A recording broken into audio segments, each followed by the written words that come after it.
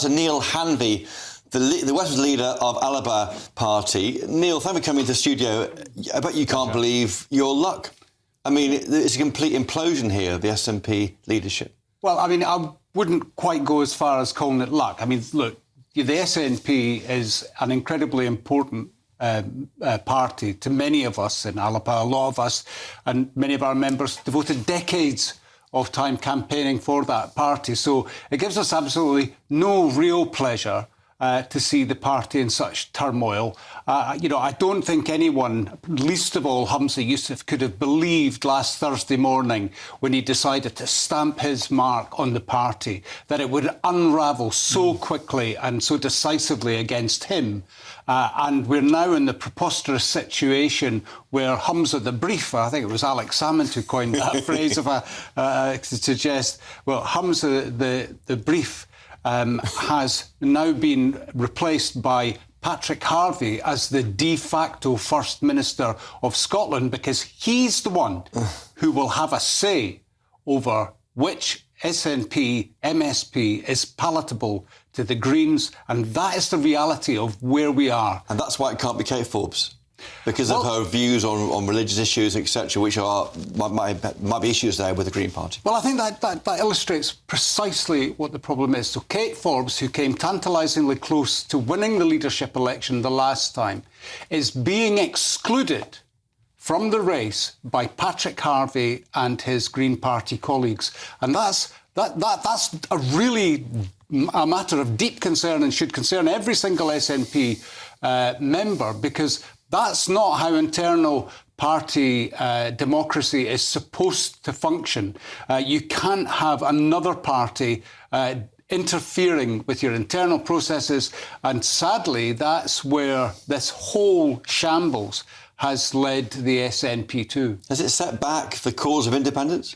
I don't think, well, it's not helped. let's just get that out of the way first. It's not helped. But, the independence movement is sitting north of 50% and has been for quite some time.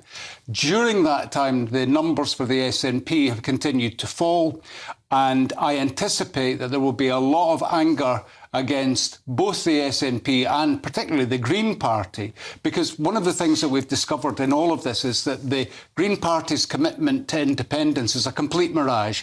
Their commitment to the environment is a complete mirage. The only issue that they're prepared to draw a red line over is gender identity and resisting the evidence that's contained in the Cass report. That's where they draw the line, and that's a very serious issue for everybody in Scotland, because those policies, as we've seen from the Cass review, are not consistent with good medical practice and equalities and human rights legislation. And one of the SNP might go back to that kind of place in politics. So under Salmond, of course, your leader now. Yes. That's why the party built that amazing coalition of support in the early 2010s. Yeah, absolutely. Now, Alex's first administration had 47 MSPs. He had to work with all of their parties. He made great progress delivering real improvements to the lives of the people of Scotland. And then in his the only administration to have a real majority from 2011.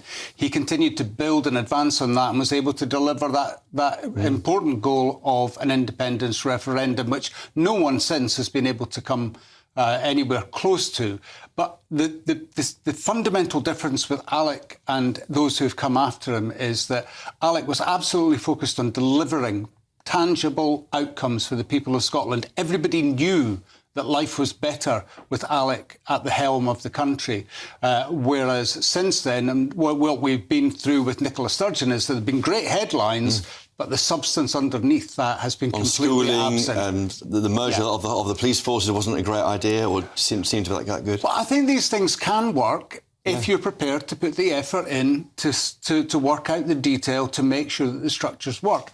It's when you make big announcements like we're launching 2 ferries, but they're not ready. Not built yet. They're not ready to sail, or the fuel that they require is not available on the coast that they're going to be sailing from. Then you start getting into real difficulties. How old history judge Hamza Yousef? Did you get to know him much when you first became? I've only met Hamza a few times, and he's a pleasant enough man. I think part of me, besides the buruk that we've experienced over the last few days, he inherited a whole host of problems that were left behind by his predecessor, and it's really unfortunate for him that he's had to deal with this tumult of catastrophe raining down on him while he's been completely unable to stamp his authority on his administration. And the moment he tried to do it, he got it spectacularly wrong. I guess John Swinney, his problem might be that he was around for much of the mistakes you're alluding to. I mean, yes, absolutely. And critics will be saying, well, you were around, you were deputy to Nicola Sturgeon through all that period. Exactly. I mean, it's quite interesting that you raise that, because that's a point that we were discussing in my office this afternoon, that, whilst John does have a good track record, certainly in his years as Finance Secretary under Alex Salmond, he was riding shotgun with Nicola Sturgeon throughout all of those disastrous years. And it's only since he stood down, since Nicola stood down, that it's really come to, the disaster has come to light. The one they worry about in the UK, I think, is Kate Forbes. She's the one who the unionists tell me they worry about. Yes, well, Kate because she's good.